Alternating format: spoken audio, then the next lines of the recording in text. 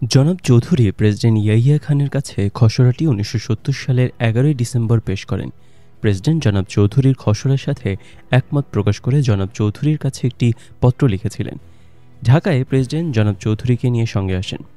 তিনি ভেবেছিলেন আলোচনাকালে শেখ মুজিব তার ওয়াদা অনুযায়ী আওয়ামী লীগ প্রণীত শাসনতন্ত্রের খসড়া নিয়ে প্রেসিডেন্টের সাথে মতবিনিময় করবেন এবং সেক্ষেত্রে প্রেসিডেন্টের জনাব চৌধুরী এবং তাদের প্রণীত খসড়াটির প্রয়োজন হবে। প্রেসিডেন্ট ইয়াহিয়া খান এবং জনাব শেখ মুজিবের মধ্যে প্রথম বৈঠক অনুষ্ঠিত হয় ১২ই জানুয়ারি। তাদের ওই একান্ত বৈঠক হয়েছিল ৩ ঘণ্টারও বেশি সময় নিয়ে। ওই মিটিংয়ে কোনো তৃতীয় ব্যক্তি উপস্থিত ছিলেন না।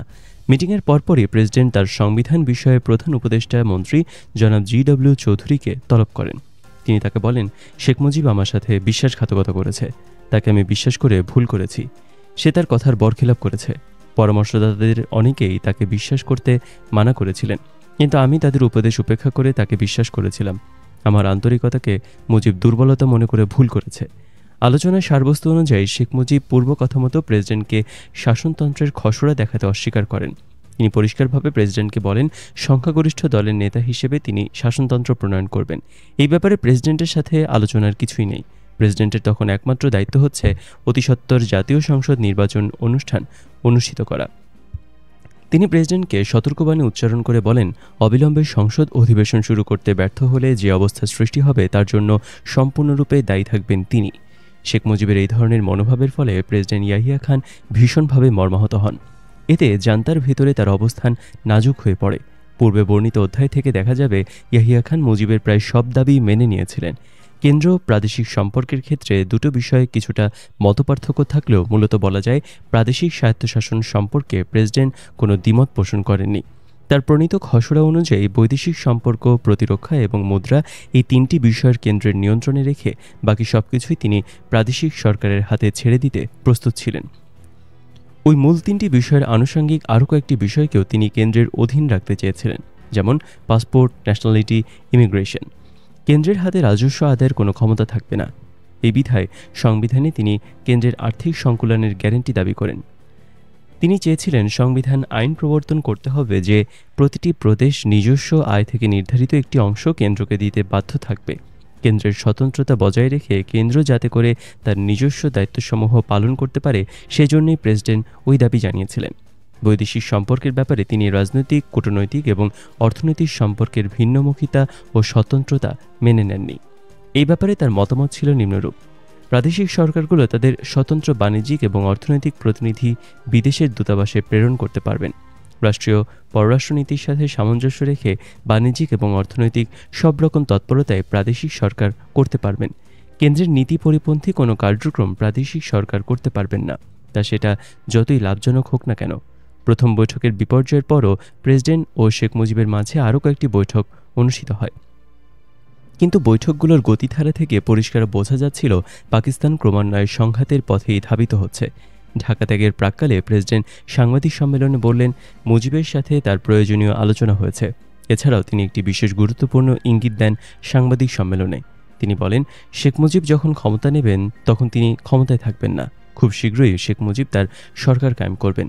কিন্তু ইয়াহিয়া এবং মুজিবের মাঝে যে সমঝোতা হয়েছিল সে অনুযায়ী সংসদীয় গণতান্ত্রিক শাসন ব্যবস্থায় শেখ মুজিব প্রধানমন্ত্রী হবেন সরকার প্রধান, আর ইয়াহিয়া খান হবেন সাংবিধানিক রাষ্ট্রপ্রধান। এই ধরনের সমঝোতা বর্তমান থাকা অবস্থায় প্রেসিডেন্টের ওই ধরনের ইঙ্গিত শঙ্কিত করে তুলেছিল জনগণকে।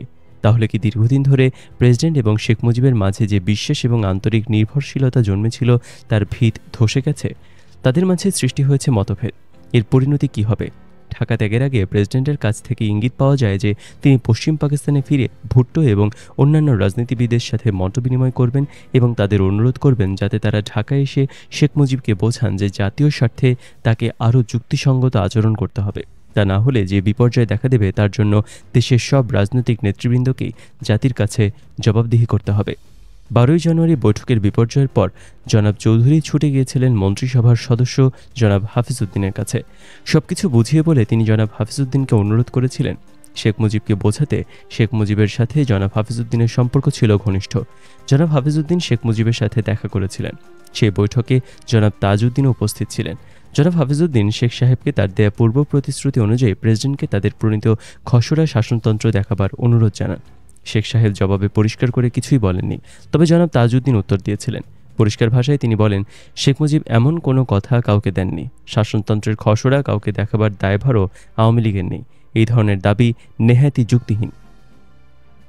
ঢাকা থেকে ব্যর্থ মনোরথ হয়ে ফিরে এসে প্রেসিডেন্ট ভুট্টোর সাথে দেখা করার জন্য গেলেন লারকানায়। আলোচনাকালে ভুট্টো প্রেসিডেন্ট মুজিব বৈঠকের ব্যর্থতার পূর্ণ সুযোগ গ্রহণ করেন।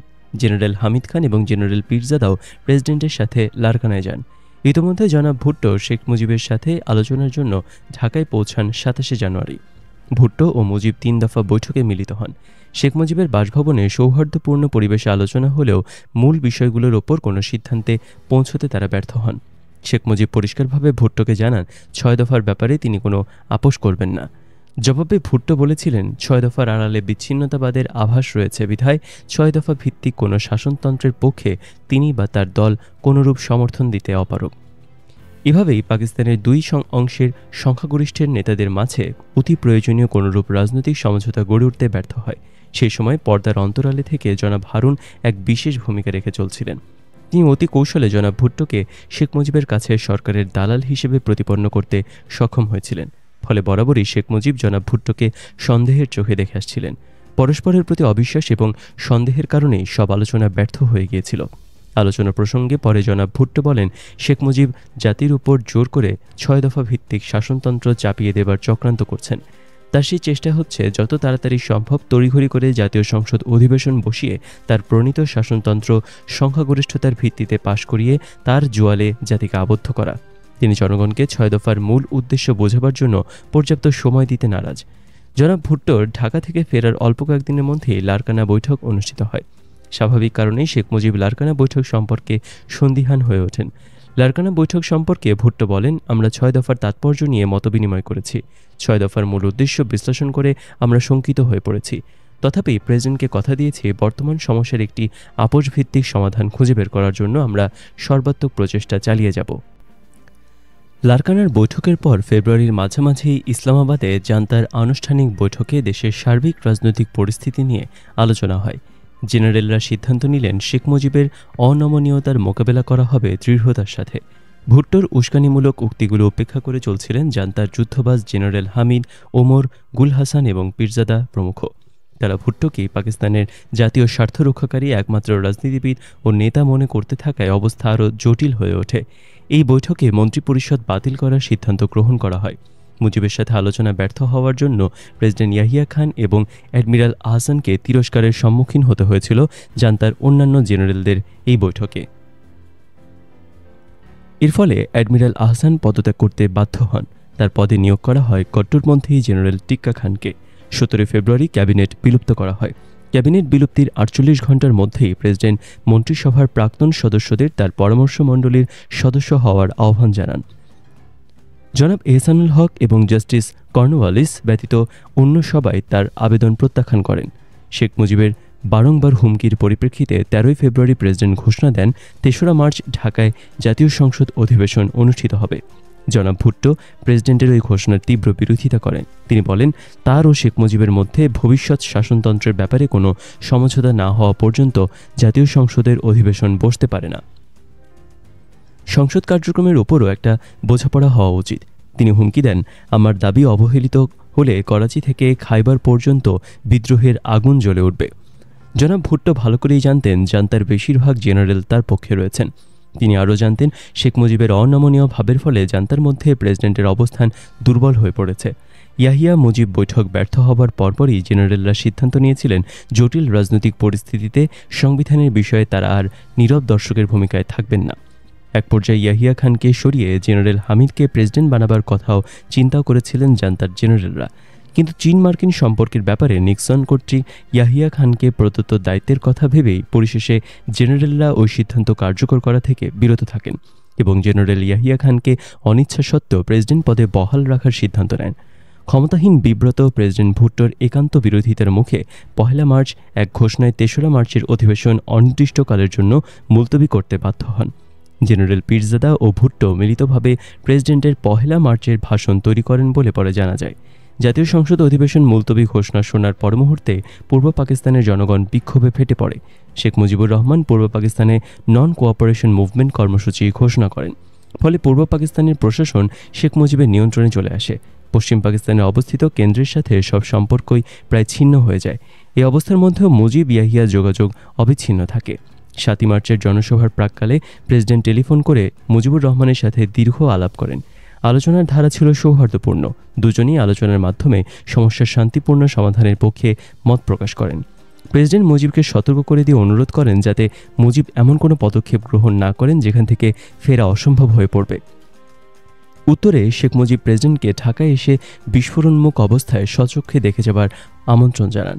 7ই মার্চ শেখ মুজিব ঐতিহাসিক জনসভায় ঘোষণা করেননি প্রেসিডেন্টের 25শে মার্চ ঢাকায় জাতীয় সংসদ অধিবেশন অনুষ্ঠিত করার সিদ্ধান্তের পরিপ্রেক্ষিতে তিনি জনসভায় 4 দফা দাবি পেশ করেন। তিনি ঘোষণা দেন তার 4 দফা দাবি ভবিষ্যতে সংসদ অধিবেশনে যোগদানের পূর্ব শর্ত হিসেবে বিবেচনা করতে হবে। তার ঘোষিত 4টি শর্ত ছিল: 1. অবিলম্বে মার্শাল ল উইথড্র করতে হবে। 2. সেনাবাহিনীকে ব্যারাকে ফিরিয়ে নিতে হবে। 3. আর্মি অ্যাকশনের ফলে যে প্রাণহানি ঘটেছে তার জন্য বিচার বিভাগীয় তদন্তের ব্যবস্থা করতে হবে। এবং 4. অবিলম্বে ক্ষমতা হস্তান্তর করতে হবে। এইসব দাবিসমূহ পূরণ না করা পর্যন্ত নন কোঅপারেটিভ মুভমেন্ট চলবে। এভাবেই 3রা মার্চ থেকে 25শে মার্চ মধ্যরাত অবধি মুজিবের নির্দেশে পূর্ব পাকিস্তানে একটি প্যারালাল প্রশাসন প্রতিষ্ঠিত হয়। বিদ্রোহ উন্মুখ পূর্ব পাকিস্তানের অশান্ত পরিবেশে শেখ মুজিবুর রহমান হয়ে ওঠেন ডিফ্যাক্টো রাষ্ট্রপ্রধান। মুমূর্ষু রোগীকে বাঁচাবার শেষ চেষ্টার মতো পাকিস্তানের ঐক্য বজায় রাখার জন্য প্রেসিডেন্ট ইয়াহিয়া খান মার্চের 15 তারিখ ঢাকায় আসেন। সেদিনই শেখ মুজিব এক উস্কানিমূলক বক্তব্য পেশ করেন। তিনি বলেন, জনগণ ঐতিহাসিক সংগ্রাম এগিয়ে চলছে। বাংলাদেশের জনগণ, বেসামরিক আমলা, অফিস আদালত এবং মিল ফ্যাক্টরি শ্রমিকগণ, কৃষক এবং ছাত্র সমাজ ইতিমধ্যেই প্রমাণ করেছেন যে আত্মসমর্পণ করার চেয়ে তারা জীবনাহুতি দিতে প্রস্তুত। বাঙালির স্বাধীনতার চেতনাকে কিছুতেই দাবিয়ে রাখা যাবে না। সার্বিক মুক্তি অর্জিত না হওয়া পর্যন্ত এই সংগ্রাম চলবেই। বাংলাদেশকে পরিচালিত করার জন্য শেখ মুজিব 31টি আদেশ জারি করেন। সরকারি এবং আধা সরকারি সমস্ত অফিস আদালত বন্ধ থাকবে। পশ্চিম পাকিস্তানের সাথে সমস্ত যোগাযোগ বন্ধ করে দিতে হবে। 2 অংশের মধ্যে শুধুমাত্র টেলিফোন, টেলেক্স এবং ওয়্যারলেসের মাধ্যমে যোগাযোগ বহাল থাকবে। এভাবে স্বাধীনতার চেতনা ক্রমশ বাস্তবাকার ধারণ করতে শুরু করে। সেনাবাহিনী ছাড়া সম্পূর্ণ পূর্ব পাকিস্তান প্রশাসন শেখ মুজিবের নির্দেশে পরিচালিত হতে থাকে। বিদেশি খবর সংস্থাগুলো একই অভিমত প্রকাশ করে। যেমন মার্চের 9 তারিখে ডেইলি টেলিগ্রাফের প্রতিবেদনে বলা হয়েছিল, অবস্থা দৃষ্টিতে মনে হয় শেখ মুজিবুর রহমান প্রায় স্বাধীনতাই ঘোষণা করেছেন। একই দিন এডিটোরিয়ালে লেখা হয়, ইতোমধ্যেই স্বাধীন পূর্ব পাকিস্তানের নামও শোনা যাচ্ছে বাংলাদেশ বলে। স্বাধীন বাংলাদেশের জন্য স্বতন্ত্র একটি পতাকাও সৃষ্টি হয়েছে। একই ধরনের খবর দ্য ইকোনমিস্ট প্রকাশিত করে।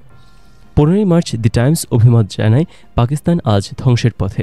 ইতিমধ্যে একটি ভারতীয় বিমান হাইজ্যাক ঘটনাকে কেন্দ্র করে ভারত সরকার ভারতের ওপর দিয়ে পশ্চিম ও পূর্ব পাকিস্তানের মধ্যে বিমান যোগাযোগ বন্ধ করে দেয়। পাকিস্তানের ক্রান্তিলগ্নে ভারত সরকারের এই ধরনের চরম সিদ্ধান্ত প্রত্যাহার করার জন্য পাকিস্তান বন্ধু রাষ্ট্র মার্কিন যুক্তরাষ্ট্র এবং গ্রেট ব্রিটেনের মধ্যস্থতার জন্য আকুল আবেদন জানায়। সোভিয়েত ইউনিয়নকেও আবেদন জানানো হয় এই ব্যাপারে সাহায্য করার জন্য। জাতিসংঘের মহাসচিবের মধ্যস্থতা করার জন্য সম্মতি জানান, কিন্তু ভারত সরকার এই সিদ্ধান্তের ব্যাপারে কারো হস্তক্ষেপ অথবা মধ্যস্থতার চরম বিরোধিতা করে এবং নিজেদের সিদ্ধান্তে অটল থাকে। পরবর্তীকালে বিচার বিভাগীয় তদন্তের ফলে জানা যায়, হাইজ্যাকাররা সবাই ছিল ভারত নিয়ন্ত্রিত কাশ্মীর থেকে গৃহীত ভারতীয় গোয়েন্দা সংস্থার সদস্য। শেখ মুজিব ভারতীয় নিষেধাজ্ঞার সমর্থন করে বলেন, হাইজ্যাক ঘটনা পাকিস্তান সরকারের ক্ষমতা হস্তান্তর না করার একটি কূটকৌশল ছাড়ার কিছুই নয়। প্রেসিডেন্ট ইয়াহিয়া যখন আন্তরিকভাবে ক্ষমতা হস্তান্তরের উপায় খুঁজে বের করার চেষ্টা করছিলেন, তখন শেখ মুজিবের এই ধরনের বক্তব্য ছিল অত্যন্ত দুঃখজনক।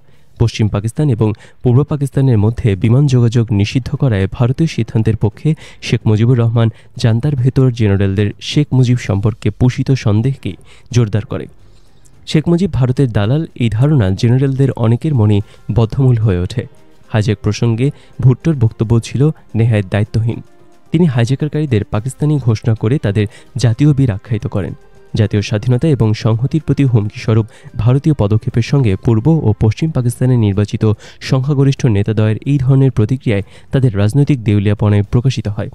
জাতীয় সংসদ অধিবেশনের আগে কিংবা শাসনতন্ত্র প্রণয়নের ব্যাপারে কোনরূপ বোঝাপড়ার আগে অবিলম্বে ক্ষমতা হস্তান্তর শেখ মুজিবের দাবির সমালোচনা করে জনাব ভুট্টো যে প্রতিক্রিয়া প্রকাশ করেন, সেটাও ছিল দুঃখজনক এবং হতাশাব্যঞ্জক। 14ই মার্চ শেখ মুজিবের সাথে আলোচনার মাধ্যমে জাতীয় সমস্যার সমাধান খুঁজে পাবার শেষ চেষ্টা করার জন্য প্রেসিডেন্ট যখন ঢাকার পথে, ঠিক তখন জনাব ভুট্টো এক বিবৃতিতে বলেন, শেখ মুজিবের দাবি অনুযায়ী শাসনতন্ত্র প্রণয়নের বিষয়ে সমঝোতার আগে যদি ক্ষমতা হস্তান্তর করার সিদ্ধান্ত নেওয়া হয় তবে ক্ষমতা হস্তান্তর করতে হবে, একই সাথে পূর্ব ও পশ্চিম পাকিস্তানের দুই সংখ্যাগরিষ্ঠ পার্টির হাতে। 15 মার্চ তার বিবৃতিতে তিনি আরও এক ধাপ এগিয়ে গিয়ে বলেন, পাকিস্তানের বর্তমান পরিস্থিতিতে পাকিস্তানের দুই অংশের মধ্যে ভৌগোলিক দূরত্বের সত্যকে মেনে নিলে সংখ্যাগরিষ্ঠের শাসন কায়েমের প্রশ্ন অবান্তর হয়ে দাঁড়াবে। 15 মার্চ এমন এক পরিস্থিতিতে প্রেসিডেন্ট ঢাকায় এসে পৌঁছান যখন পূর্ব পাকিস্তানে শেখ মুজিব স্বাধীনতা প্রায় ঘোষণা করেছেন, অপরদিকে পশ্চিম পাকিস্তানে জনাব ভুট্টো দুই সরকারের পক্ষে বক্তব্য দিয়ে দেশের বিভক্তি প্রায় স্বীকার করে নিয়েছেন। পাকিস্তান সরকার প্রধান জেনারেল ইয়াহিয়া খান ও পশ্চিম পাকিস্তানের অন্যান্য ছোট ছোট দলগুলোর নেতৃবৃন্দ তখনও আন্তরিক প্রচেষ্টা চালিয়ে যাচ্ছিলেন পাকিস্তানের ঐক্য এবং সংহতি বজায় রাখার। ইয়াহিয়া খান জনাব ভুট্টোকে ঢাকায় আসবার অনুরোধ জানান। জবাবে জনাব ভুট্টো প্রেসিডেন্টকে বললেন, শেখ মুজিব যখন প্রচ্ছন্নভাবে স্বাধীনতাই ঘোষণা করে বসেছেন তখন ঢাকায় গিয়ে আলোচনা করার কোনো যৌক্তিকতা নেই, এতে কোনো ফায়দাও হবে না। তার এই ধরনের মনোভাব থেকে এটাই পরিষ্কার বোঝা যায় যে জনাব ভুট্টোর কাছে তখন পাকিস্তানের অখণ্ডতার চেয়ে ক্ষমতাই বড় হয়ে উঠেছে। ক্ষমতা লাভের জন্য দুই অংশের দুই নেতাই মরিয়া হয়ে উঠেছেন। তাদের উদ্দেশ্যমূলক কার্যক্রমের ফলে দেশ এবং জাতির কী অবস্থা হবে সে ব্যাপারে তাদের কোনো মাথা ব্যথা নেই। ক্ষমতার মোহে অন্ধ হয়ে তারা বিদেশি শক্তির হস্তক্ষেপকেও মেনে নিতে দ্বিধাবোধ করছিলেন না। প্রেসিডেন্ট যখন ঢাকায় তখন থেকেই সামরিক জান্তা কন্টিনজেন্সি প্ল্যান বানাতে শুরু করে। প্ল্যান অনুযায়ী পশ্চিম পাকিস্তান থেকে আকাশপথে কলম্বো হয়ে আর্মি রিইনফোর্সমেন্ট পাঠানো শুরু হয় পূর্ব পাকিস্তানে। ভারত সরকার শ্রীলঙ্কা সরকারের উপর চাপ প্রয়োগ করে পশ্চিম পাকিস্তান থেকে কলম্বো হয়ে পূর্ব পাকিস্তানে বিমান যোগাযোগ বন্ধ করায়, কিন্তু তাদের সেই প্রচেষ্টা ব্যর্থ হয়। কলম্বো সরকার ভারতীয় চাপের মুখে নতি স্বীকার করতে অস্বীকৃতি জানায়। ঢাকার মাটিতে পা দিয়ে প্রেসিডেন্ট বুঝতে পারলেন অবস্থার আমূল পরিবর্তন হয়েছে। জনগণ বিক্ষুব্ধ, রাজনৈতিক পরিস্থিতি বিস্ফোরণমুখ। তার কাছে মনে হলো তিনি যেন ভিন্ন কোনো দেশে এসেছেন, তার অতি চেনা পূর্ব পাকিস্তান যেন এটা নয়। যাই হোক, প্রতিকূল অবস্থার মাঝেই 16 মার্চ ইয়াহিয়া মুজিবের প্রথম বৈঠক অনুষ্ঠিত হয়। ওই দিন সকাল 11:30টায় শেখ মুজিব রাষ্ট্রপতি ভবনে এলেন বৈঠকের জন্য। তার গাড়িতে উঠছিল একটি কালো পতাকা। আগের সপ্তাহে পুলিশের গুলিতে শহীদদের স্মরণে ওই কালো পতাকা গাড়িতে লাগানো হয়েছিল। বৈঠকে শেখ মুজিব অবিলম্বে ক্ষমতা হস্তান্তর এবং মার্শাল ল উঠিয়ে নেওয়ার দাবিসহ তার 4 দফা প্রেসিডেন্টের কাছে পেশ করেন। ক্ষমতা হস্তান্তর করার জন্য 1969 থেকে 70 সালে প্রেসিডেন্ট কর্তৃক প্রণীত শাসনতন্ত্রের খসড়ার উপর ভিত্তি করে কোনো আলোচনার অবকাশ আর তখন ছিল না। ফলে প্রেসিডেন্টের পক্ষে শুধু দুটো রাস্তাই খোলা ছিল: 1. বাংলাদেশের স্বাধীনতা মেনে নেয়া, 2. শেখ মুজিবের বিদ্রোহের বিরুদ্ধে যথাযথ ব্যবস্থা গ্রহণ করা। কিন্তু যে কোনো প্রকার সামরিক পদক্ষেপে প্রাণহানি শুধু ঘটবে না, পরিশেষে এই ধরনের পদক্ষেপের পরিণতি বা কী হবে সে সম্পর্কে কিছু বলা সম্ভব ছিল না। এই অবস্থায় সিদ্ধান্ত গ্রহণ করার ব্যাপারে এক কঠিন সমস্যার মুখাপেক্ষী হন প্রেসিডেন্ট ইয়াহিয়া খান। জান্তার কট্টরপন্থী জেনারেলদের মধ্যে অনেকেই, যেমন জেনারেল হামিদ খান প্রমুখরা ভেবেছিলেন 72 ঘণ্টার মধ্যেই সামরিক অভিযান চালিয়ে তারা বাঙালি বিদ্রোহ দমন করতে পারবেন। 1969 সালের মার্শাল ল প্রয়োগের সফলতাই তাদের মাঝে এই ধরনের ধারণা সুদৃঢ় করেছিল। কিন্তু তারা ভুলে গিয়েছিলেন যে 1969 সালে মার্শাল লকে বাঙালি জনগণ মেনে নিয়েছিল তখনই যখন পর্দার আড়ালে জান্তা প্রধান অতিসত্বর জাতীয় নির্বাচন সংগঠিত করে ক্ষমতা হস্তান্তর করার প্রতিজ্ঞা করেন। কিন্তু 1971 সালে অবস্থার আমূল পরিবর্তন ঘটে। বাঙালি জাতীয়তাবাদ তখন তুঙ্গে। সারা পূর্ব পাকিস্তানে তখন স্বাধীনতার দাবিতে জনগণের মাঝে বিক্ষুব্ধ আন্দোলনের জোয়ার সৃষ্টি হয়েছে। প্রেসিডেন্ট শেখ মুজিবকে সংঘাতের পথ বর্জন করার জন্য আকুল নিবেদন জানান। বৈঠকে মুজিবকে সিদ্ধান্তহীন মনে হয়। ঘটনা প্রবাহের চরম পরিণতি কী হবে সে সম্পর্কে তিনিও ছিলেন শঙ্কিত। মুখে বিপ্লবী বাণী উচ্চারণ করলেও চারিত্রিকভাবে শেখ মুজিব ছিলেন সুবিধাবাদী, দুর্বল ও ভীরু চরিত্রের রাজনীতিবিদ। ফলে অসম্ভবকে সম্ভব করার জন্য ইয়াহিয়া মুজিব যখন আলোচনায় ব্যস্ত, তখন যুদ্ধবাজ জেনারেলরা বাঙালি জাতিকে সমুচিত শিক্ষা দেবার জন্য সামরিক অভিযানের পরিকল্পনা প্রণয়নে ছিলেন ব্যস্ত।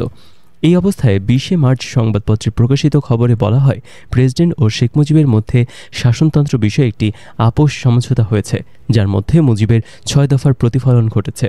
মার্শাল ল অবিলম্বে উঠিয়ে নিয়ে ক্ষমতা হস্তান্তরের ব্যাপারেও একটি সমাধান প্রেসিডেন্ট এবং জনাব মুজিবুর রহমান মেনে নিয়েছেন বলেও সংবাদপত্রে খবর প্রকাশিত হয়। ক্ষমতা হস্তান্তরের ব্যাপারে একটি ঘোষণাপত্রের খসড়াও চূড়ান্ত করা হয়। তাতে বলা হয়, কেন্দ্রীয় এবং প্রাদেশিক মন্ত্রিসভা নির্বাচিত সদস্যদের মধ্যে থেকেই মনোনীত করা হবে। জাতীয় সংসদকে 2টি কমিশনে ভাগ করা হবে। কমিশন দুটি পূর্ব এবং পশ্চিম পাকিস্তানের জনগণের দাবি দেওয়ার পরিপ্রেক্ষিতে প্রয়োজনীয় বিধি নির্ধারণ করবেন, যা পরে শাসনতন্ত্রের অংশ হিসেবে পরিগণিত হবে। এরই ভিত্তিতেই জাতীয় অধিবেশনে দেশের জন্য নতুন একটি শাসনতন্ত্র প্রণীত হবে। খসড়া ঘোষণাপত্রে জনাব জি.ডব্লিউ. চৌধুরী প্রণীত 1971 সালের জানুয়ারি শাসনতন্ত্র বিষয়ে খসড়ার আলোকে কেন্দ্র ও বাংলাদেশের সম্পর্ক নির্ধারিত হবে বলে উল্লেখ করা হয়।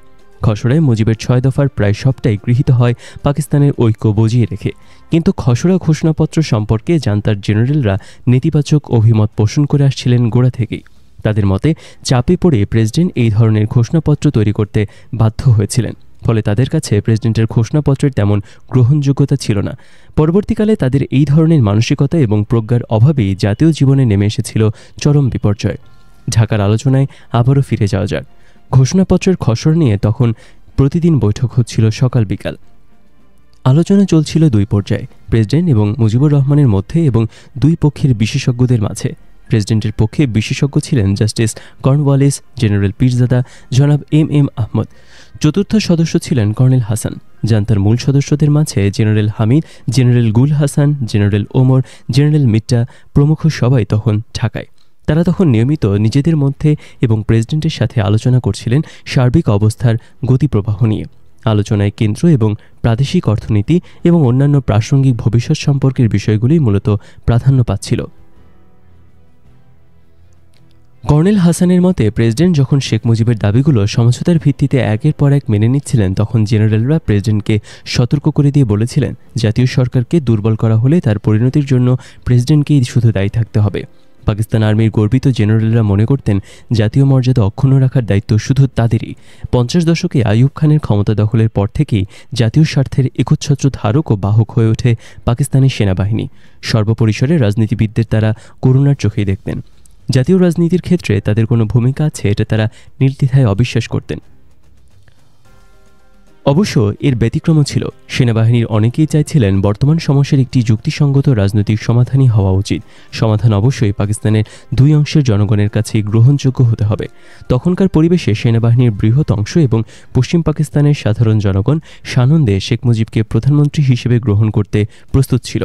তবে শর্ত ছিল একটাই, শেখ মুজিবকে পাকিস্তানের অখণ্ডতা বজিয়ে রাখতে হবে। একইভাবে পূর্ব পাকিস্তানের সাধারণ জনগণও পাকিস্তানকে দ্বিখণ্ডিত করার পক্ষে ছিল না। তাদের দাবি ছিল সত্যিকারের নির্ভেজাল স্বায়ত্তশাসন। অর্থনৈতিক বৈষম্যের বিরুদ্ধেই তারা সোচ্চার হয়ে উঠেছিল। তারা চাইছিল অর্থনৈতিক শোষণের অবসান ঘটিয়ে তাদের জীবনযাত্রার মান উন্নয়ন করতে। কিন্তু সাধারণ জনগণের ইচ্ছার তখন কোনো দাম ছিল না। পাকিস্তানের ভাগ্য তখন সুস্পষ্টভাবে নির্ভর করছিল দুই রাজনৈতিক নেতার ওপর, পশ্চিম পাকিস্তানে জনাব ভুট্টো আর পূর্ব পাকিস্তানে জনাব শেখ মুজিব। কিন্তু উচ্চাভিলাষী দুই নেতাই তখন ক্ষমতার লোভে অন্ধ। জাতীয় স্বার্থের চেয়ে নিজেদের ক্ষমতাই তখন তাদের কাছে মুখ্য।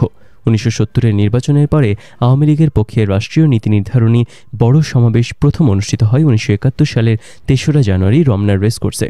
ওই দিন আওয়ামী লীগের নির্বাচিত জাতীয় ও প্রাদেশিক পরিবেশদের সদস্যদের মধ্যে শপথ বাক্য পাঠ করান স্বয়ং শেখ মুজিব। এই শপথের শেষ বাক্যটি ছিল জয় বাংলা, জয় পাকিস্তান। এই শপথ গ্রহণ অনুষ্ঠানের বিবরণী সম্পর্কে দৈনিক পাকিস্তানের ভাষ্য, দেশের সর্বত্র শান্তি শৃঙ্খলা বজায় রাখার ব্যাপারে সবিশেষ গুরুত্ব আরোপ করিয়া শেখ মুজিব গণতান্ত্রিক বিজয়কে সুসংহত করার স্বার্থে সন্ত্রাসবাদী দালালদের বাড়াবাড়ি দমনের জন্য দেশবাসীকে সদা প্রস্তুত থাকার আহ্বান জানান। তিনি বলেন, ইউনিয়নে ইউনিয়নে, মহল্লায় মহল্লায় আওয়ামী লীগ গঠন করুন এবং রাতের অন্ধকারে যাহারা ছোরা মারে তাদের খতম করার জন্য প্রস্তুত হন। রাতের অন্ধকারে যাহারা ছোরা মারে, মানুষ মারে, সেই সব বিপ্লবীদের উদ্দেশ্যে তিনি বলেন, চোরের মতো রাতের অন্ধকারে মানুষ হত্যা করিয়া বিপ্লব হয় না। বিপ্লব চোরের কাজ নয়। সন্ত্রাসবাদী এবং সন্ত্রাসবাদের দালালদের খতম করার জন্য প্রত্যেক নাগরিককে বাঁশের লাঠি এবং সুন্দরী কাঠের লাঠি বানাইবার পরামর্শ দেন। শেখ মুজিব বলেন, প্রত্যেকের হাতে আমি হয় বাঁশের নয় সুন্দরী কাঠের লাঠি দেখিতে চাই। উপরোক্ত দুটি ঘটনার প্রথমটি অর্থাৎ শপথে জয় পাকিস্তান যোগ করে দিয়ে স্পষ্টত তিনি পাকিস্তানের প্রতি তার আনুগত্য অক্ষুণ্ণ রেখেছেন। দ্বিতীয় ঘটনাটিও এই আনুগত্যেরই বহিঃপ্রকাশ, কেননা পাকিস্তানের অখণ্ডতার মূলে আঘাত হেনে তথা স্বাধীন পূর্ব বাংলা কায়েমের প্রস্তাব তুলে সশস্ত্র যুদ্ধের কর্মসূচি দিয়েছিলেন যে সমস্ত বিপ্লবীরা, শেখ মুজিবের কাছে তারা হলেন সন্ত্রাসবাদী এবং সন্ত্রাসবাদদের দালাল। স্বাধীনতাকামী এই সন্ত্রাসবাদীদের খতম করার জন্য বাঁশ ও সুন্দরী কাঠের লাঠির ব্যাপক আয়োজন করেছিলেন তিনি। একই ভাষণে জেনারেল ইয়াহিয়া খানকে তার প্রতিশ্রুতি রক্ষা করার জন্য ধন্যবাদ ও অভিনন্দন জানিয়েছিলেন শেখ মুজিব। এই সম্পর্কে ওই দিনের পাকিস্তান অবজারভারের প্রতিবেদন, Sheikh Mujib thanked President Yahya for fulfilling his commitment in holding the elections. However, he said that there was a section among his subordinates who were still conspiring to undo the election results. বক্তব্যটা পরিষ্কার, শেখ মুজিবের এই অভিনন্দন যে যথার্থই অভিনন্দন ছিল তার প্রমাণ জেনারেল ইয়াহিয়া খানও ছিলেন এবং রেখেছিলেন 13 ফেব্রুয়ারি তার নির্দেশের মাধ্যমে। তিনি নির্দেশ দেন 3রা মার্চ ঢাকায় জাতীয় সংসদের অধিবেশন বসবে। 22 ফেব্রুয়ারি তিনি তার মন্ত্রিপরিষদ বাতিল করার ঘোষণা দেন। 28 ফেব্রুয়ারি শেখ মুজিব সমগ্র পূর্ব পাকিস্তানবাসীকে স্তম্ভিত করে দিয়ে ঘোষণা দিলেন 6 দফা কারোর উপর চাপিয়ে দেওয়া হবে না। এই ডন পত্রিকাটির মালিক হচ্ছে কুখ্যাত 22 পরিবারের অন্যতম হারুন পরিবার। এই হারুন পরিবারেরই আরেকটি প্রতিষ্ঠান আলফা ইন্স্যুরেন্স কোম্পানিতে শেখ মুজিব বিনা কাজে কিন্তু মোটা বেতনে একটি চাকরি করতেন।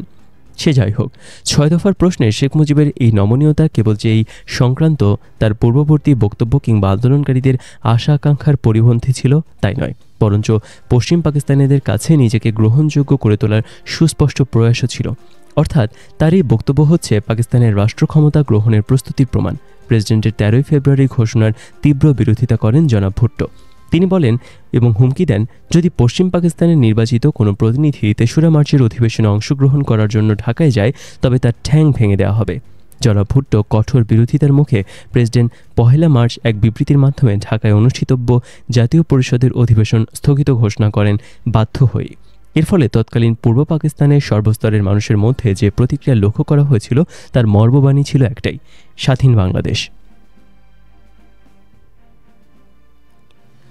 2রা মার্চ বাংলাদেশের ছাত্র ও যুব সমাজের পক্ষ থেকে ডাকসু ভিপি আ.স.ম. আব্দুর রব বিশ্ববিদ্যালয়ের বটতলায় স্বাধীন বাংলার পতাকা উত্তোলন করেন। এই পতাকা উত্তোলনের জন্য শেখ মুজিব ছাত্র নেতৃবৃন্দকে যে ভর্ৎসনা করেছিলেন তার প্রত্যক্ষ শ্রোতা ও দর্শক আজও অনেকেই বেঁচে আছেন। 3রা মার্চ পল্টন ময়দানে ছাত্রলীগের জনসভায় ছাত্রলীগের সাধারণ সম্পাদক জনাব শাহজাহান সিরাজ স্বাধীনতার ইশতেহার পাঠ করেন। এই জনসভায় ঘোষণা দেওয়া হয়েছিল সভা শেষে শেখ মুজিব মিছিলের নেতৃত্ব দেবেন, কিন্তু শেষ মুহূর্তে বক্তৃতার এক পর্যায়ে স্বয়ং শেখ মুজিবই মিছিলের কর্মসূচি বাতিল করেন। কারণ হিসেবে তিনি তৎকালীন আইজি পুলিশ জনাব তসলিম উদ্দিন সাহেবের বরাত দিয়ে ছাত্র নেতৃবৃন্দকে বলেন তার কাছে গোয়েন্দা বিভাগের খবর রয়েছে, মিছিলে যোগদান করলে তাকে মেরে ফেলার ষড়যন্ত্র এঁটেছে সামরিক শাসক গোষ্ঠী। অত্যন্ত চতুর যুক্তি। সত্যি কি জীবননাশীর হুমকির মুখে তিনি মিছিলের কর্মসূচি বাতিল ঘোষণা করেছিলেন, নাকি স্বাধীনতার ইশতেহার পাঠই তার কারণ ছিল, সেটা গবেষণার বিষয়। 7 মার্চ রেসকোর্স ময়দানে শেখ মুজিব এক বিশাল জনসমাবেশে বক্তৃতা দেন। এই ভাষণে তিনি সর্বপ্রথম স্বাধীনতার কথাটি উচ্চারণ করেন। তিনি বলেন, এবারের সংগ্রাম আমাদের মুক্তির সংগ্রাম, এবারের সংগ্রাম আমাদের স্বাধীনতার সংগ্রাম। অবশ্য ভাষণের সমাপ্তিতে একই সাথে তিনি স্লোগান দেন, জয় বাংলা, জয় পাঞ্জাব, জয় সিন্ধু, জয় বেলুচিস্তান, জয় সীমান্ত প্রদেশ, জয় পাকিস্তান। একই ভাষণে এই ধরনের স্ববিরোধী বক্তব্যকে সশস্ত্র স্বাধীনতা সংগ্রামের চূড়ান্ত ঘোষণা হিসেবে গ্রহণ করা কতটুকু যুক্তিসঙ্গত সেটা বিবেচনা করার ভার পাঠকগণের উপরই ছেড়ে দিলাম। আশ্চর্যজনক হলেও স্বাধীনতা যুদ্ধের ইতিহাস দলিলপত্র নামক প্রকাশিত গ্রন্থে ওই কয়েকটি স্লোগানের উল্লেখ নেই। এর রহস্য কী?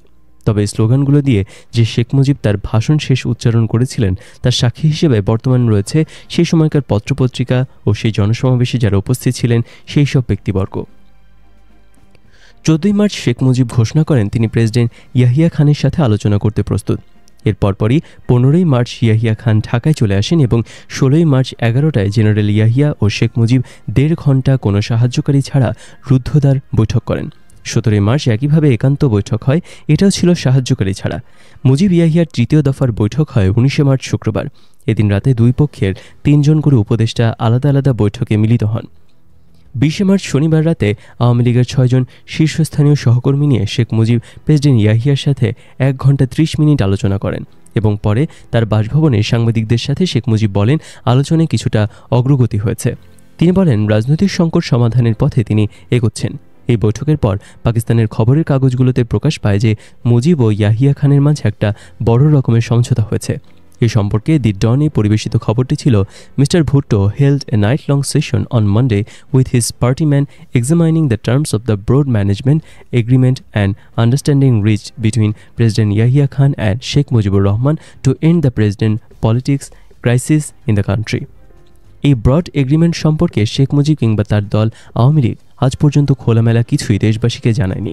আজ অবধি দেশবাসীকে এই ব্যাপারে অন্ধকারে রাখা হলো কেন? 25 মার্চ রাতে আত্মসমর্পণ বা গ্রেপ্তারের আগে বিশ্ববিখ্যাত ফরাসি দৈনিক লা মন্ডের সাথে দেয়া এক সাক্ষাৎকারে শেখ মুজিব বলেন, is the Pakistan government not aware that I am the only one able to save East Pakistan from communists? অর্থাৎ কমিউনিস্টদের খপ্পর থেকে পূর্ব পাকিস্তানকে রক্ষা করার তিনিই একমাত্র ভরসা। তার কাছে ক্ষমতা হস্তান্তরের কোনো বিকল্প নেই। সাক্ষাৎকারটি দ্য লা মানডেতে ছাপা হয় 31শে মার্চ 1971 তারিখে। 25শে মার্চ দিবাগত রাত 11:30টার দিকে পাক বাহিনী শহরে প্রবেশ করে। এর আগেই শেখ মুজিব তার সহকর্মীদের সরে পড়ার এবং যান বাঁচাবার উপদেশ দিয়ে নিজ পরিবার পরিজনদের এমনকি তার গাভীটিও অন্যত্র সরিয়ে দেন। এমনকি তার বহুল পরিচিত বডিগার্ডকেও রাত 10:30টার পর 32 নং ধানমন্ডিতে আর দেখা যায়নি। Pakistan army Rajarbagh police line, Pilkhana, EPR সদর দপ্তর, ঢাকা বিশ্ববিদ্যালয় প্রভৃতি জায়গায় অভিযান চালিয়ে শেষ রাতের দিকে 32 নং ধানমন্ডির বাসা থেকে শেখ সাহেবকে নিয়ে যায়। এদিকে চলতে থাকে এক নাগারে নির্বিকার পাশবিক গণহত্যা। মুক্তিযুদ্ধের পুরো 9 মাস বেগম ফজিলাতুন্নেসা, শেখ রেহানা, শেখ হাসিনা ও পরিবারের অন্যান্য সদস্যরা পাকিস্তান সরকারের ভাতায় ঢাকা শহরে নিরাপদ জীবনযাপন করেছেন। তাদের স্বাভাবিক জীবনধারায় কোনো ব্যাঘাত ঘটেনি। পিজি হাসপাতালে শেখ মুজিবের বৃদ্ধা মা বাবার চিকিৎসা হয়েছে সরকারি পৃষ্ঠপোষকতায় এবং শেখ হাসিনা এবং তার মা তাদের দেখতেও গিয়েছেন হাসপাতালে ভিআইপি দর্শনার্থীর মতো। কোনো দিন হাসপাতালে রাত্রিও কাটিয়েছেন নির্বিঘ্নে। উপরোল্লিখিত ঘটনাবলী লক্ষ্য করলে দেখা যায় 7ই মার্চ রেসকোর্স ময়দানে স্বাধীনতার পরোক্ষ ইঙ্গিত প্রদান করা ছাড়া শেখ মুজিব 71-এর 3রা জানুয়ারি থেকে 25শে মার্চ রাত পর্যন্ত পাকিস্তানের সংহতির পরিপন্থী কোনো অবস্থান গ্রহণ করেননি। শুধু 21শে মার্চ প্রেসিডেন্ট ইয়াহিয়া খানের সাথে শেখ মুজিবের বিশেষ জরুরি বৈঠকেই ঘটেছিল এর ব্যতিক্রম। শেখ মুজিবের বিশেষজ্ঞদের মাঝে ছিলেন জনাব তাজউদ্দিন আহমেদ, জনাব নজরুল ইসলাম, মোশতাক আহমেদ, কামারুজ্জামান, জনাব মনসুর আলী প্রমুখ। আওয়ামী লীগের প্রথম সারির নেতৃবৃন্দ এরা। শাসনতন্ত্রের বিষয়ে প্রধান পরামর্শদাতা ছিলেন জনাব কামাল হোসেন। এছাড়াও বেশ কয়েকজন অর্থনীতিবিদ তাদের সাহায্য করেছিলেন। যদিও এদের কেউই প্রত্যক্ষভাবে আলোচনায় অংশগ্রহণ করছিলেন না, তবুও তারা তাদের কট্টর দাবিগুলোর ব্যাপারে ছিলেন সোচ্চার। তাদের পরোক্ষভাবে সাহায্য করেছিলেন ফোর্ড ফাউন্ডেশনের আর্থিক মদতপুষ্ট কয়েকজন বিদেশি অর্থনীতিবিদ। প্রেসিডেন্ট এবং শেখ মুজিবের মধ্যে বৈঠক চলে 22শে মার্চ পর্যন্ত। ইতোমধ্যে পশ্চিম পাকিস্তান থেকে ছোট ছোট রাজনৈতিক দলগুলোর প্রতিনিধিরাও ঢাকায় আগমন শুরু করেন। 21শে মার্চ জনাব ভুট্টো তার দলীয় প্রতিনিধিদের সাথে ঢাকায় আসেন। প্রেসিডেন্টের সাথে শেখ মুজিবের বোঝাপড়া হয়ে যাচ্ছে মনে করেই ভুট্টো হঠাৎ তড়িঘড়ি করে ঢাকায় এসে হাজির হন। পশ্চিম পাকিস্তানের সংখ্যাগরিষ্ঠ দলের নেতা হিসেবে আলোচনাকালে তার উপস্থিতি ছিল নির্দ্বিধায় বিশেষ প্রয়োজনীয়। তাই তার আগমনে রাজনৈতিক পর্যবেক্ষক মহলে ইতিবাচক প্রতিক্রিয়ায় পরিলক্ষিত হয়। কিন্তু ঘটনা ঘটে হিতের বিপরীত। ঢাকা পৌঁছেই তিনি প্রেসিডেন্টের প্রণীত খসড়া ঘোষণাপত্রের তীব্র সমালোচনা করেন। ঘোষণাপত্রের অনেক বিষয়ে তিনি আপত্তি জানান। তিনি দাবি করেন, জাতীয় গণপরিষদ বসার আগে মার্শাল ল উঠিয়ে নিয়ে ক্ষমতা হস্তান্তর করলে সাংবিধানিক জটিলতার সৃষ্টি হবে। ফলে আইনগত শূন্যতার পরিপ্রেক্ষিতে ঘোষণাপত্র তার বৈধতা হারাবে। অতএব জাতীয় সংসদের অনুমোদন নিয়ে সবকিছু করার দাবি জানান তিনি। তার এই ধরনের নেতিবাচক মনোভাব ও কার্যক্রম সমঝোতার প্রক্রিয়ায় শুধু যে বাধার সৃষ্টি করেছিল তাই নয়, অবস্থাকে করে তুলেছিল স্থবির। যাই হোক, প্রেসিডেন্টের উদ্যোগে 22শে মার্চ ইয়াহিয়া মুজিব এবং ভুট্টোর সম্মিলিত বৈঠকের সিদ্ধান্ত গৃহীত হয়। বৈঠকের ঠিক আগের দিন এক হতাশাব্যঞ্জক ঘটনা ঘটে। শেখ মুজিব হঠাৎ করে প্রেসিডেন্টের সাথে বৈঠকের এক প্রস্তাব পাঠান। প্রেসিডেন্টের সম্মতি পেয়ে শেখ মুজিব জনাব তাজউদ্দিনকে সঙ্গে করে রাষ্ট্রপতি ভবনে প্রেসিডেন্টের সঙ্গে সাক্ষাৎ করতে আসেন। বৈঠকে মিলিত হয়ে শেখ মুজিব প্রেসিডেন্টকে জানান, আওয়ামী লীগ চায় আলাদাভাবে পূর্ব পাকিস্তান এবং পশ্চিম পাকিস্তানের দুই সংখ্যাগরিষ্ঠ দলের কাছে ক্ষমতা হস্তান্তর করা হোক। বর্তমান পরিস্থিতিতে কেন্দ্রীয় এবং প্রাদেশিক মন্ত্রিসভা গঠন করতে তিনি অপারগ। তার মানে অনানুষ্ঠানিকভাবে তারা দেশকে পশ্চিম পাকিস্তান এবং পূর্ব পাকিস্তান এই দুই ভাগে ভাগ করার প্রস্তাব উপস্থাপন করেন। প্রেসিডেন্ট শেখ মুজিবের প্রস্তাবে ভীষণভাবে আশাহত হয়ে পড়েন। তার দাবি প্রত্যাহার করার অনুরোধ করেন তিনি তাকে এটিও স্মরণ করিয়ে দেন যে রাষ্ট্রপতি হিসেবে নির্বাচিত প্রতিনিধির হাতে ক্ষমতা হস্তান্তর করার জন্য তিনি জাতির কাছে প্রতিজ্ঞাবদ্ধ। প্রেসিডেন্ট হিসেবে দেশকে দ্বিখণ্ডিত করার কোনো অধিকার তার নেই। তিনি শেখ মুজিবকে হুঁশিয়ার করে দিয়ে আরও বলেন, তার বিচ্ছিন্নতাবাদী কার্যকলাপ অবশ্যই শক্তভাবে মোকাবেলা করা হবে। এভাবেই 21শে মার্চের বৈঠকে অনেক দিনের প্রচেষ্টার ফলে গড়ে ওঠা বিশ্বাস, আস্থা এবং সমঝোতার ভিত ভেঙে চূর্ণ বিচূর্ণ হয়ে যায়।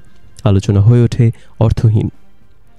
কিন্তু বিস্ময়কর ব্যাপার হলো, হঠাৎ করে শেখ মুজিব এই ধরনের ডিগবাজি খেয়ে সম্পূর্ণ বিপরীত অবস্থান গ্রহণ করলেন কেন? তিনি তো সেই একই ব্যক্তি যিনি সবসময় সামরিক জান্তাকে বলে এসেছেন পাকিস্তানকে দ্বিখণ্ডিত করা তার রাজনীতি নয়।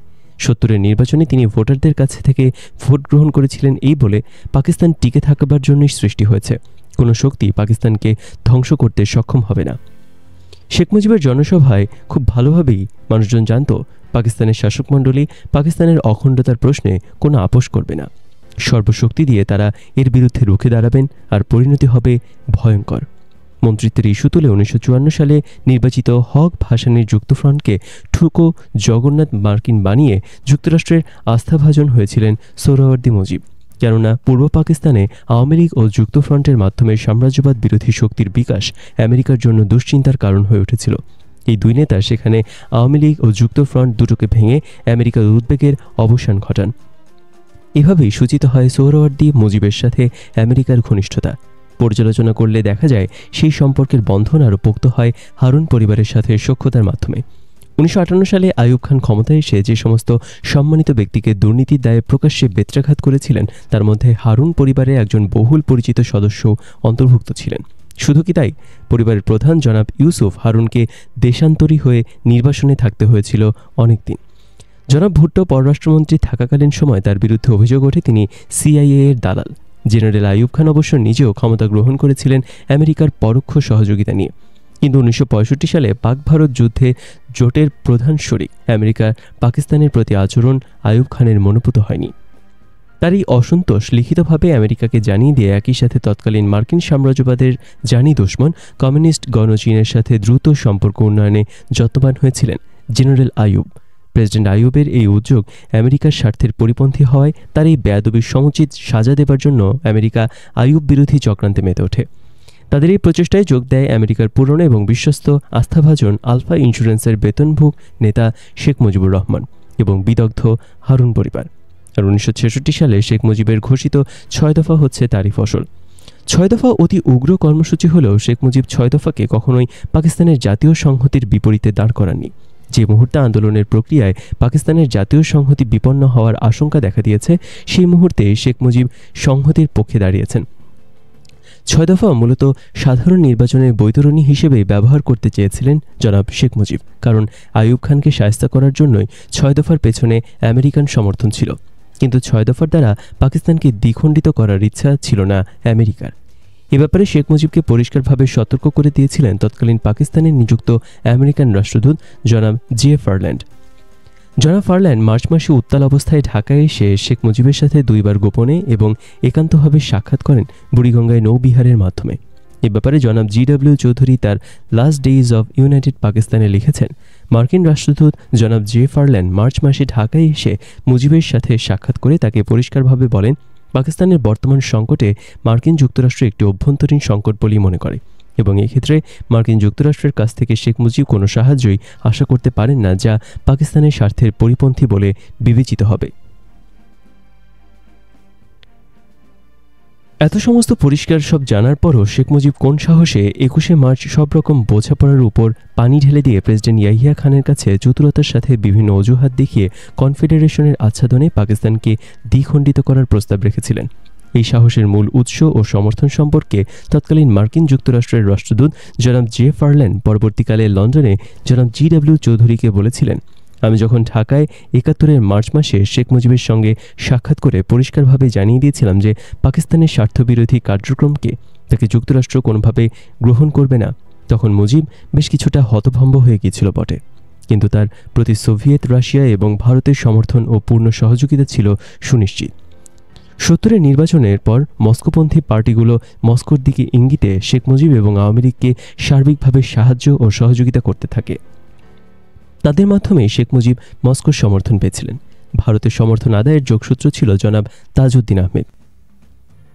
52 সালের ভাষা আন্দোলন, 57 সালে মাওলানা ভাসানীর আসসালামু আলাইকুম ঘোষণা, 1969 সালের গণঅভ্যুত্থান, সিরাজ শিকদারের জনগণতান্ত্রিক পূর্ব বাংলার কর্মসূচি ঘোষণা, কাজী জাফরের স্বাধীন গণতান্ত্রিক বাংলার কর্মসূচি, 70 সালের মজলুম জননেতা মাওলানা ভাসানীর স্বাধীন পূর্ব পাকিস্তান ঘোষণা, 70 সালে পূর্ব বাংলা বিপ্লবী ছাত্র ইউনিয়নের জনগণতান্ত্রিক রাষ্ট্র প্রতিষ্ঠার কর্মসূচি ঘোষণা, 71-এর নববর্ষে মুজাহিদ সংঘর্ষের স্বাধীন পূর্ব পাকিস্তানের রূপরেখা প্রকাশ, শ্রম কৃষক সমাজবাদী দলের বিপ্লবী সরকার কায়েমের আহ্বান, বিভিন্ন বামপন্থী দল ও গ্রুপের বিভিন্ন বিচ্ছিন্ন বিক্ষিপ্ত গেরিলা যুদ্ধের সূচনা।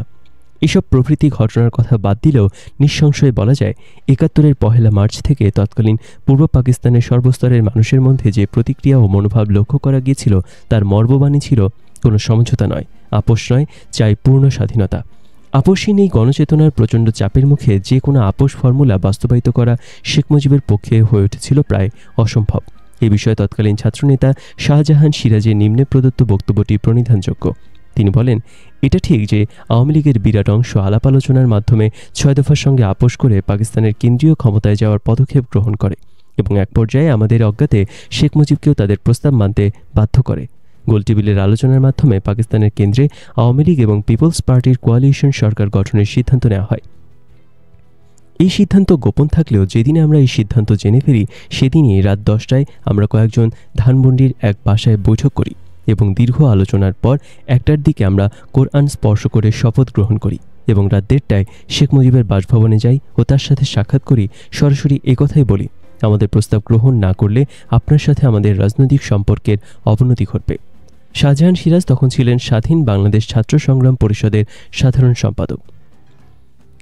উল্লেখিত জনাব শাহজাহান সিরাজের বক্তব্য থেকে তখনকার সময়ে শেখ মুজিব এবং আওয়ামী লীগের উপর স্বাধীনতার দাবির চাপের প্রচণ্ডতা ও গুরুত্ব সহজেই অনুধাবন করা যায়। সার্বিক অবস্থা তখন সম্পূর্ণরূপে আওয়ামী লীগ নেতৃবৃন্দের নিয়ন্ত্রণের বাইরে। এই বাস্তবতা শেখ মুজিব এবং আওয়ামী নেতৃবৃন্দ পরিষ্কার বুঝতে পেরেছিলেন। তাদের এই নাজুক ও অসহায় অবস্থার পূর্ণ সুযোগ গ্রহণ করে অতি চতুরতার সাথে সমর্থন ও সার্বিক সহযোগিতার মোক্ষম টোপটি ফেলেছিল ভারত ও রাশিয়া। তাদের দেশীয় দালালরা মুমূর্ষ রোগীর মতো শেখ মুজিবকে বোঝাতে সক্ষম হয় যে ভরাডুবির হাত থেকে বাঁচতে হলে এই টোপ গলাধকরণ করা ছাড়া আর কোনো উপায় নেই। বরাবরই স্ববিরোধী ও দোদুল্যমান সুবিধাবাদী চরিত্রের অধিকারী শেখ মুজিব স্বীয় ও দলীয় স্বার্থের খাতিরে 21শে মার্চ বৈঠকের সিদ্ধান্ত গ্রহণ করেন। তবুও 22শে মার্চ ত্রিপক্ষীয় বৈঠক অনুষ্ঠিত হয়। বৈঠকের বিবরণ দিতে গিয়ে পরে জনাব ভুট্টো বলেন, বৈঠকে শেখ মুজিব সরাসরি আমাকে প্রস্তাব দেন পশ্চিম পাকিস্তানের প্রধানমন্ত্রী হওয়ার জন্য এবং পূর্ব পাকিস্তানের দায়িত্ব নেবেন তিনি। তার মতে বর্তমান রাজনৈতিক সংকট এড়াবার জন্য অন্য কোনো বিকল্প পথ খোলা নেই। জনাব ভুট্টো আরও বলেন, শেখ মুজিবের প্রস্তাবের পরিপ্রেক্ষিতে আমি প্রেসিডেন্টকে পরিষ্কার জানিয়ে দিই, এই প্রস্তাব আমার পক্ষে গ্রহণ করা সম্ভব নয়, কারণ এই প্রস্তাব পাকিস্তানকে দ্বিখণ্ডিত করার চক্রান্ত। 23শে মার্চ এই দিনটি পাকিস্তানের জাতীয় জীবনে একটি বিশেষ গুরুত্বপূর্ণ দিন। এটা শুধু প্রজাতন্ত্র দিবসই নয়, এই দিনে পাকিস্তানের স্থপতি জনাব মোহাম্মদ আলী জিন্নাহ ঘোষণা করেছিলেন ভারতের মুসলমানেরা তাদের স্বতন্ত্র রাষ্ট্র প্রতিষ্ঠার জন্য তাদের সংগ্রাম চালিয়ে যাবেন। এই ঘোষণার দিনটি পাকিস্তানের জন্মলগ্ন থেকে মহা সমারোহে পালিত হয়ে আসছে। 1971 সালে 23শে মার্চ ছিল ব্যতিক্রম।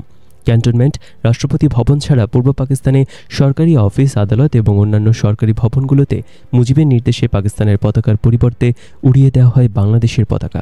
মুজিব তার বাসভবনে বাঙালি ছাত্র জনতার জঙ্গি মিছিল থেকে অভিবাদন গ্রহণ করেন। ঘটনার প্রবাহ থেকে মনে হচ্ছিল বাংলাদেশ যেন একটি স্বাধীন রাষ্ট্র হিসেবে প্রতিষ্ঠা লাভ করেছে। তাছাড়া শেখ মুজিবের ওই দিনের বিজ্ঞপ্তি এবং বক্তৃতাগুলি ছিল নেহায়েত উস্কানিমূলক। এতে করে জান্তার ভেতরে শেখ মুজিব বিরোধী চক্রের সন্দেহ ও অবিশ্বাস আরও দৃঢ়তা লাভ করে। এভাবে 1971 সালে 23শে মার্চ পাকিস্তানের ইতিহাসে এক আশঙ্কাজনক অবস্থার সৃষ্টি হয়। একই দিন শেখ মুজিবের প্রেসিডেন্টের ঘোষণাপত্রের পরিপন্থী তার প্রণীত শাসনতন্ত্রের খসড়া প্রেসিডেন্ট ইয়াহিয়ার বিশেষজ্ঞদের কাছে পেশ করেন। শেখ মুজিব তার খসড়ায় পূর্ব পাকিস্তানকে সম্পূর্ণ বিচ্ছিন্ন করে ফেডারেশনের প্রস্তাব দেন। এভাবেই প্রেসিডেন্টের কাছে তথা সমগ্র জাতির কাছে তার দেওয়ার কথা বরখেলাপ করে তিনি পাকিস্তানকে অখণ্ড রাখার সব চেষ্টা ব্যর্থ করে দেন। প্রেসিডেন্ট মুজিবের প্রতারণায় হতাশ এবং কিংকর্তব্য বিমূঢ় হয়ে পড়েন। তার এক সহকর্মীর সাথে আলাপকালে তিনি বিক্ষোভে ফেটে পড়ে উক্তি করেন, ওরা সৈনিক নয়, তারা চতুর রাজনীতিবিদ। তাদের কথার কোনো দাম নেই, স্বার্থের জন্য তারা সব কিছুই করতে পারে। এভাবেই সব আলোচনার দরজা বন্ধ হয়ে যাওয়ায় বিক্ষুব্ধ প্রেসিডেন্ট 25শে মার্চ ঢাকা ত্যাগ করে ইসলামাবাদ ফিরে আসেন। ফিরে এসে প্রেসিডেন্ট এবং ভুট্টো ঢাকা আলোচনা ব্যর্থ হওয়ার জন্য শেখ মুজিবকেই সম্পূর্ণভাবে দায়ী করেন। শেখ মুজিবকে তিনি বেঈমান বলেও আখ্যায়িত করেন। জাতির উদ্দেশ্যে ভাষণে প্রেসিডেন্ট বলেন, মুজিবের প্রস্তাব ছিল দেশকে দ্বিখণ্ডিত করার এক সূক্ষ্ম পরিকল্পনা। তার একগুয়েমি, অনমনীয়তা এবং যুক্তিযোগ্য আলোচনায় অনীহা এটাই প্রমাণ করে যে শেখ মুজিব এবং তার রাজনৈতিক দল জাতির চরম শত্রু। সে পাকিস্তানকে দ্বিখণ্ডিত করতে চায়। তার অভিসন্ধি জাতীয় স্বাধীনতা ও সংহতির প্রতি হুমকিস্বরূপ। তার এই ধরনের পরিকল্পনা ও কার্যকলাপের সমুচিত জবাব দেওয়া হবে। এই ভাষণের জবাবে জনাব তাজউদ্দিন এক বিবৃতিতে বলেন, প্রেসিডেন্ট ইয়াহিয়ার ভাষণ প্রমাণ করে তিনি ও তার জেনারেলরা কখনোই আন্তরিকভাবে পাকিস্তানের রাজনৈতিক সমস্যার গ্রহণযোগ্য সমাধান চাননি। আলোচনার মাধ্যমে সামরিক প্রস্তুতির জন্য তারা শুধু সময় নিচ্ছিলেন। আলোচনার সুযোগে পশ্চিম পাকিস্তান থেকে বেশি করে সৈন্য ও গোলাবারুদ মজুত করা হয়েছে পূর্ব পাকিস্তানে। বাঙালিদের ন্যায়সঙ্গত অধিকারের দাবিতে পরিচালিত আন্দোলনকে গুলির আঘাতে স্তব্ধ করে দেওয়ার জন্য চলছে গভীর ষড়যন্ত্র। এর নিঃসন্দেহে জাতির সাথে বেইমানির এক চরম নিদর্শন। সামরিক শ্বেত সন্ত্রাসের নীলনকশা চূড়ান্ত করার জন্যই প্রেসিডেন্ট আলোচনার বাহানায় ঢাকায় আগমন করেন। পাকিস্তানের মতো একটি বহুজাতিক দেশের জন্য শুরু থেকেই প্রয়োজন ছিল বিভিন্ন জাতিসত্তার এলিট শ্রেণীর মধ্যে ঐকমত্যের ভিত্তিতে একটি কার্যকরী শাসন ব্যবস্থা গড়ে তোলা। ঐকমত্যের ভিত্তিতে রাষ্ট্র পরিচালনার কৌশল এবং পরিকল্পনা নির্ধারণের জন্য যে সহযোগিতা অতি আবশ্যক ছিল তা নিশ্চিতের জন্য নিম্নে বর্ণিত বিষয়গুলোর উপর বিশেষ গুরুত্ব আরোপ করা ছিল জাতীয় পরিসরে উচিত। প্রথম, সব জাতীয় এলিট শ্রেণীর সমন্বয়ে একটি প্রতিনিধিত্বকারী সরকার কায়েম করা। দ্বিতীয়, বিভিন্ন জাতিসত্তার মধ্যে ঐকমত্য এবং একটি কার্যকরী ব্যবস্থা গড়ে তোলা। তৃতীয়, সর্বক্ষেত্রে একতা ভিত্তিক সহজলভ্য জাতীয় প্রতিষ্ঠান গড়ে তোলা। 4, জাতীয় লক্ষ্য এবং জাতির আশা আকাঙ্ক্ষা বাস্তবায়নের জন্য বিভিন্ন জাতিসত্তার এলিট শ্রেণীর জনগণকে অনুপ্রাণিত করার দায়িত্ব গ্রহণ করা। 5, যে কোনো বিচ্ছিন্নতাবাদী প্রচেষ্টাকে অঙ্কুরেই বিনষ্ট করে দেওয়া, বল প্রয়োগের মাধ্যমে নয় এবং ইতিবাচক পদক্ষেপ গ্রহণের মাধ্যমে। 6, অর্থনৈতিক সুবিধাদি যাতে জনগণ পর্যন্ত পৌঁছে তা নিশ্চিত করা। আধুনিকীকরণ এবং উন্নয়নের সুফল সমভাবে যাতে সব জাতিগোষ্ঠী উপভোগ করতে পারে তার ব্যবস্থা নিশ্চিত করা। জাতীয় এলিট শ্রেণীগুলো কর্তৃক বিভিন্ন জাতিগোষ্ঠীর জনগণের মাঝে জাতীয় সম্পদ ও সুবিধাদির সুষম বণ্টন নিশ্চিত করা। এই ধরনের কৌশল এবং পরিকল্পনা সব সমস্যার সমাধান অবশ্যই সম্ভব ছিল না, কিন্তু এর ফলে আশা করা যেত জাতীয় রাজনৈতিক অবকাঠামোতে বর্জনের পরিবর্তে ঐক্যের মাধ্যমে বহুজাতিক দেশের অখণ্ডতা বজিয়ে রাখা। ধারণা করা চলে ন্যায্য অধিকার পাওয়ার জন্য বিভিন্ন জাতিসত্তার জনগোষ্ঠী কিছুকাল হয়তোবা প্রলম্বিত শিল্পায়নের পরিকল্পনা এবং স্তিমিত আধুনিকীকরণ প্রক্রিয়াকেও মেনে নিত, কিন্তু যে কোনো ব্যক্তির পক্ষে এটি একটি ন্যায়ভিত্তিক সমাজে দরিদ্র হয়ে থাকাটা সহনীয় হয় তখনই যখন তার পড়শিরা সমাজে অর্জিত ধন সম্পদের বড়াই করার সুযোগ না পায়। একটি দেশ উন্নত হতে পারে শুধুমাত্র ঐক্যের ভিত্তিতে। বৈষম্য এবং বিভক্তি এক অথবা একাধিক জাতিগত রাষ্ট্রের জন্ম দেয়, ফলে সংখ্যাগরিষ্ঠ জনগোষ্ঠীরই হয় সমূহ ক্ষতি। এজন্য বহুজাতিক একটি দেশের এলিট শ্রেণীদের ঐক্যবদ্ধভাবে কাজ করা অপরিহার্য হয়ে দাঁড়ায় শ্রেণী স্বার্থ এবং জাতীয় স্বার্থ দুটোই বজিয়ে রাখার জন্য। কোনো এক বিশেষ পর্যায়ে তারা অবশ্যই নিজ নিজ জাতির স্বার্থে একে অপরের সাথে দ্বন্দ্বে লিপ্ত হতে পারেন, কিন্তু কোনো ক্রমেই তাদের একে অপরের সহ্যশক্তি ও বোঝাপড়ার ক্ষমতার প্রতি সন্দেহ পোষণ করা উচিত নয়। তেমনটি হলে বিচ্ছিন্নতাবাদের বিপদ সংকুল একতরফা রাস্তা অবশ্যই খুলে যাবে। তথাকথিত ইসলাম ও ইসলামিক রাষ্ট্রের ধ্বজাধারী পাঞ্জাবি মোহাজের নিয়ন্ত্রিত কেন্দ্রীয় সরকার শুরু থেকেই বাঙালিদের নিঃস্ব, হীনমনা এবং পশ্চাৎমুখী জনগোষ্ঠী হিসেবে গণ্য করে আসছিলেন। তারা মনে করতেন বাঙালি জনগোষ্ঠী পশ্চিম পাকিস্তানের উপর একটি বোঝা স্বরূপ। তারা বিশ্বাস করতেন পাকিস্তানি জাতীয়তাবাদ এবং অর্থনৈতিক উন্নতির সাথে বাঙালির জাতিগত চেতনা এবং তাদের হিন্দুয়ানি মনোভাব সঙ্গতিপূর্ণ নয়। যাই হোক না কেন, এই কথা অস্বীকার করার কোনো উপায় নেই যে আইয়ুব খানের প্রণীত অর্থনীতির ফলে পূর্ব পাকিস্তানে শিল্প উদ্যোগীর সংখ্যা তুলনামূলকভাবে বৃদ্ধি পায়, কিন্তু ওই সমস্ত উদীয়মান শিল্প উদ্যোগীরা সরকারি মদত এবং পৃষ্ঠপোষকতায় বেড়ে ওঠা পশ্চিম পাকিস্তানি শিল্পপতিদের সাথে প্রতিযোগিতায় টিকে না থাকতে পেরে বাঙালি জাতীয়তাবাদী রাজনীতিবিদ যারা আঞ্চলিক স্বায়ত্তশাসনের জন্য সংগ্রাম করেছিলেন তাদের সাথে হাত মেলান। সমস্ত বাঙালি শিল্পপতিরা ইম্পোর্ট লাইসেন্স এবং বৈদেশিক মুদ্রার কোটা বাড়াবার জন্য ওই আন্দোলনকে কেন্দ্রের উপর চাপ প্রয়োগকারী হাতিয়ার হিসেবে ব্যবহার করতে থাকেন। শেষ পর্যায়ে আঞ্চলিক স্বায়ত্তশাসনের দাবি বাঙালি জাতির বিভিন্ন শ্রেণীকে একক একটি রাজনৈতিক প্ল্যাটফর্মে ঐক্যবদ্ধ করতে সক্ষম হয়। পশ্চিম পাকিস্তানি এলিট শাসক শ্রেণী অসঙ্গতভাবে তাদের বাঙালি দোসরদের হীনমন্য, পশ্চাৎমুখী এবং হিন্দু মনোভাবাপন্ন বলে চিহ্নিত করেন। এই ধরনের মনোভাব বিচ্ছিন্নতাবাদী চেতনার উন্মেষ ঘটাতে বিশেষভাবে সাহায্য করে। তদুপরি শেখ মুজিবের বিচার দেশের নাজুক ঐক্যের উপর হানে চরম আঘাত। এখানে আবার উল্লেখ করতে হয় মুজিবের 6 দফায় কোনো নতুন কিছু ছিল না। অতীতের বহুবার এই ধরনের দাবিসমূহ বাঙালি সাংসদগণ কেন্দ্রীয় সংসদে উত্থাপন করেছিলেন। আগরতলা ষড়যন্ত্রের ঘোষণার সময়টি ছিল অতীব গুরুত্বপূর্ণ। এই ঘোষণাটি করা হয় এমন এক সময় যখন সারা দেশ জুড়ে একটি জটিল রাজনৈতিক সমস্যা বিরাজমান।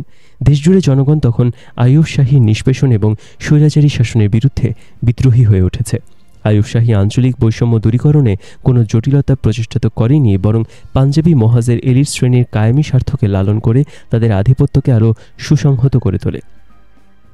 সামরিক শাসনকালে কেন্দ্রীয় প্রশাসনে বাঙালিদের প্রতিনিধিত্ব একরকম ছিল না বললেই চলে।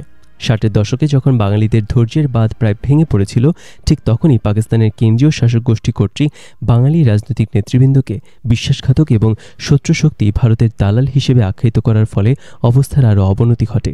বাংলাভাষী জনগণ যারা দ্ব্যর্থহীনভাবে 1947 সালে পাকিস্তানের পক্ষে ছিলেন, তারা পশ্চিমা শাসক গোষ্ঠীর কাছ থেকে এই ধরনের ব্যবহার কখনোই প্রত্যাশা করেননি। পাকিস্তান সৃষ্টিতে বাঙালি জনগোষ্ঠী সবিশেষ গুরুত্বপূর্ণ ভূমিকা পালন করে। এই সত্যটি অতি সহজেই ভুলে গিয়েছিলেন পশ্চিমা জনগণ। যদিও বাহ্যিকভাবে মুজিবের দাবিগুলো ছিল চরম প্রকৃতির, পাকিস্তান তখনও ছিল অতি প্রিয় প্রতিটি বাঙালির কাছে। বাঙালি জনগণ শুধু চেয়েছিল রাষ্ট্র পরিচালনার ক্ষেত্রে মত প্রকাশের ন্যায্য অধিকার।